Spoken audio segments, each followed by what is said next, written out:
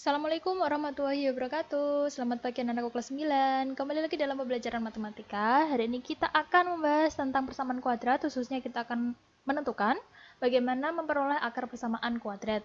Nah, di sini Ustazah akan memberikan dua cara bagaimana cara menentukan akar persamaan. Yang pertama itu dengan menggunakan pemfaktoran dan yang kedua adalah menggunakan rumus ABC. Kenapa Ustazah hanya memberikan dua cara saja, karena cara ini adalah cara yang paling gampang, cara yang paling cepat, mudah dipahami di antara beberapa cara yang lain. Seperti itu. Oke, selanjutnya kita akan membahas yang pertama terlebih dahulu. Yang pertama menggunakan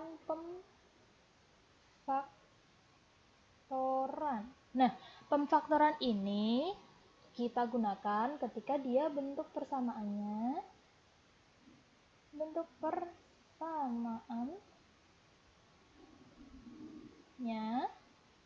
adalah x kuadrat plus bx plus c. Nah, di sini ya, dia artinya adalah koefisien dari x itu 1. Oke. Nah, ini kita menggunakan pemfaktoran. Jadi gini, di sini kan kita mempunyai persamaan kuadrat x kuadrat plus bx plus c. Ini ya.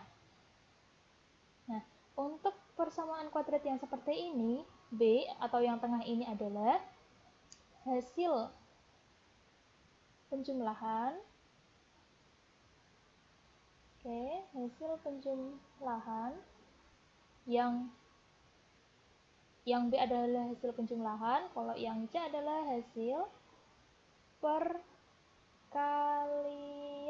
Atau di sini kita bisa menuliskan B itu adalah misalkan hasil dari akarnya itu X1 dan X2 ya. Berarti di sini X1 ditambah X2. Kalau yang C itu adalah X1 dikali X2. Contohnya langsung. Misalkan kita punya contoh. Oke, yang pertama kita mempunyai contoh. Misalkan Ustazah ingin membahas tentang ini. X kuadrat ya, terus plus X negatif 12. Oke. Nah, sekarang kita tulis nih, ini sama dengan 0. Nah, sekarang kita lihat, ini adalah hasil kali sama dengan negatif 12 ya. Ini. Nah, ini adalah hasil penjumlahan.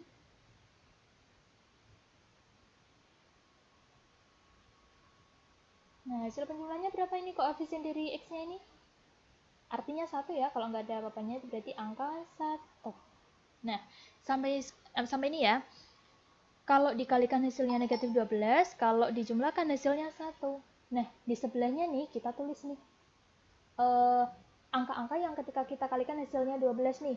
Berarti 1 kali 12 ya. Nah, karena dia negatif, coba kita kalikan nih. Yang hasilnya negatif 12, berarti kan salah satu harus min sama plus ya.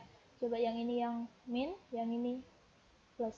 Bisa nggak? Negatif 1 ditambah 12, negatif 12. Tapi ketika dijumlahkan hasilnya 1 enggak?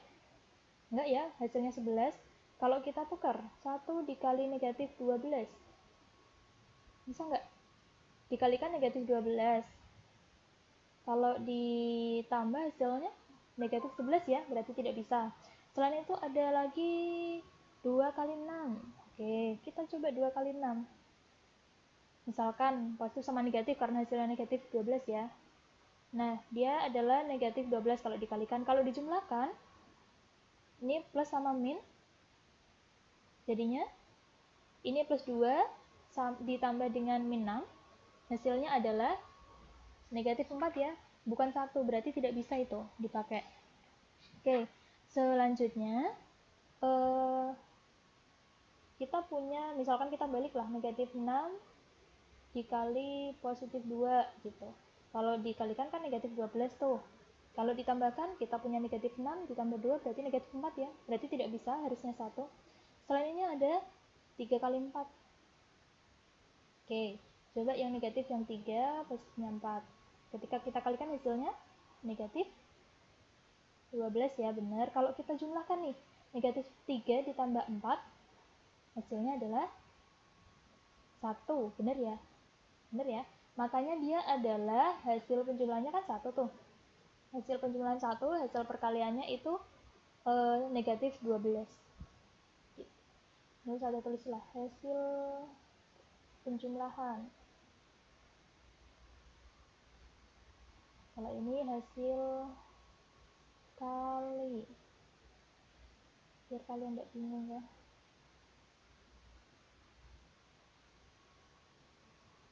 Oke. Ini hasil penjumlahannya itu 11, terus negatif 11, terus ini adalah negatif 4, ini ini kebalik ya, harusnya ini yang plus, ini yang min.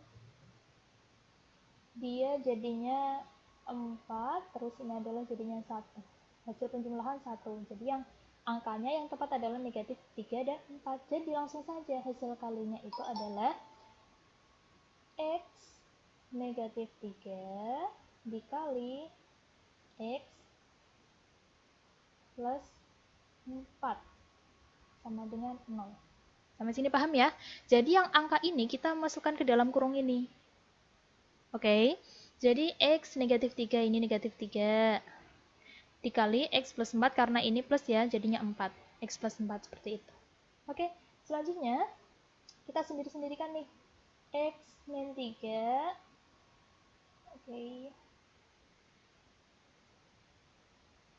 X min 3 sama dengan 0.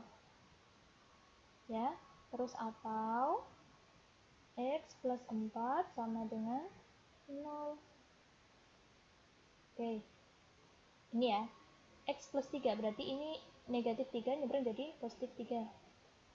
Ya, berarti sama dengan 3. Yang ini positif berarti nyebrang jadi negatif. Oke, jadinya negatif 4 ya. Nah, jadi akarnya adalah, ini langsung aja, X1 sama dengan 3 dan X2 sama dengan negatif 4. Baik, jadi akar penyelesaian dari tadi berapa? X kuadrat plus X min 12 sama dengan 0 adalah 3 dan negatif 4. Ini dan ya, hati-hati bukan 8 tapi dan. 3 dan negatif 4. Oke, sampai sini paham ya? Oke, kita lanjutkan nih.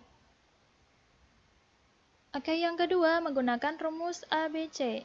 Rumus ABC kita gunakan apabila atau ini untuk persamaannya yang bentuknya AX kuadrat plus BX plus C sama dengan 0. Ini ya, di depan X kuadrat itu ada angkanya atau koefisien dari X kuadrat itu tidak bentuk 1. Gitu. Nih ya, untuk misalkan bentuknya X kuadrat plus BX plus C itu rumus ABC-nya untuk X12-nya itu sama dengan 1,2 ya.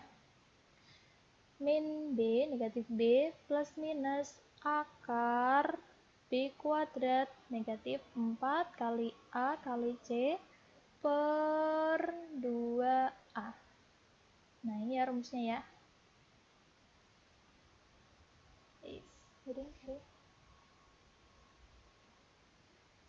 Oke, ini adalah rumusnya ya. X 1,2 sama dengan negatif B plus minus akar B kuadrat dikurangi 4 kali A kali C per 2A.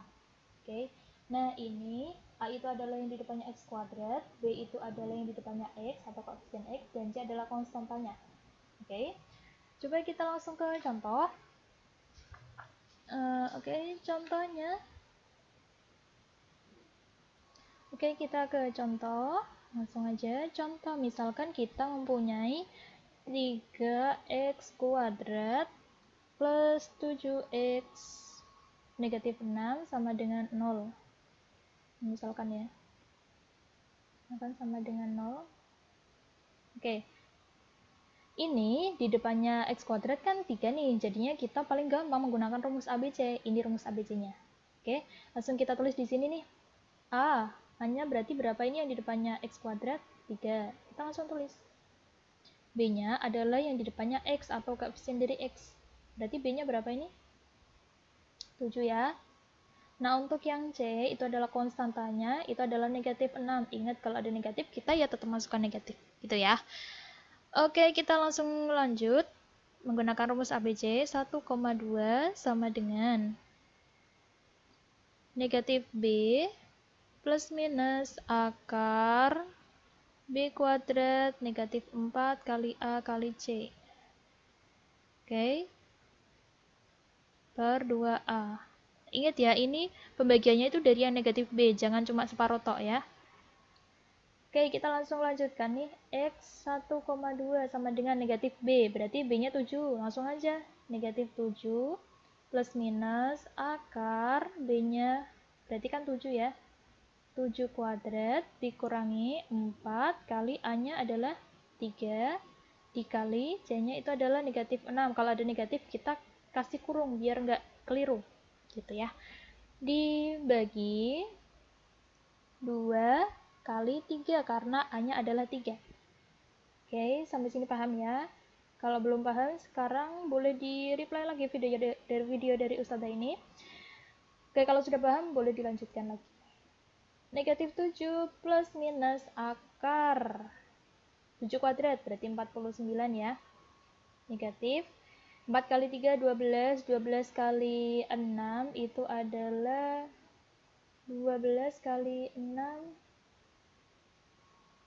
ya, 12 kali 6 itu 2, 1, 7, 72. Hati-hati ada negatifnya. Oke. Dibagi dengan 2 kali 3 sama dengan 6. Sampai sini paham? Paham ya? Oke, kita lanjutkan. X 1,2 sama dengan negatif 7 plus minus akar, ini min sama min jadinya plus ya, 49 plus 72 dibagi 6. Gini ya. Oke, selanjutnya 49 ditambah 72 itu adalah 121 ya. 21. Oke, ini ya. Ini yang tadi kita lanjutkan. X 1,2 sama dengan negatif 7 plus minus akar 121 dibagi dengan 6. Gitu. Nah, akar 121 itu berapa? Negatif 7 plus minus akar 11 ya. Dibagi dengan 6. Oke. Nah, kalau sudah sampai sini baru kita pecah nih. Oke. Nah, untuk X1, nah kita tulis yang positif. Berarti negatif 7 ditambah 11 dibagi 6. Gitu. Negatif 7 tambah 11 berarti 4 ya. 4 per 6. Ini sebagai X1. 4 per 6 itu berapa jadinya? Sama-sama dibagi 2 jadi 2 per 3 ya. Jadi X1 sama dengan 2 per 3 nih. Oke. Nah, sekarang yang X2. Karena tadi kita udah ambil yang plus, ini ya, plus. Sekarang kita ambil yang min. Berarti negatif 7 min atau dikurangin 11 per 6. Nah, negatif 7, negatif 11. Kita pinjam 7, pinjam lagi 11. Jadinya negatif 18 dibagi dengan 6. Oke, jadi X2-nya sama dengan negatif 3. Jadi,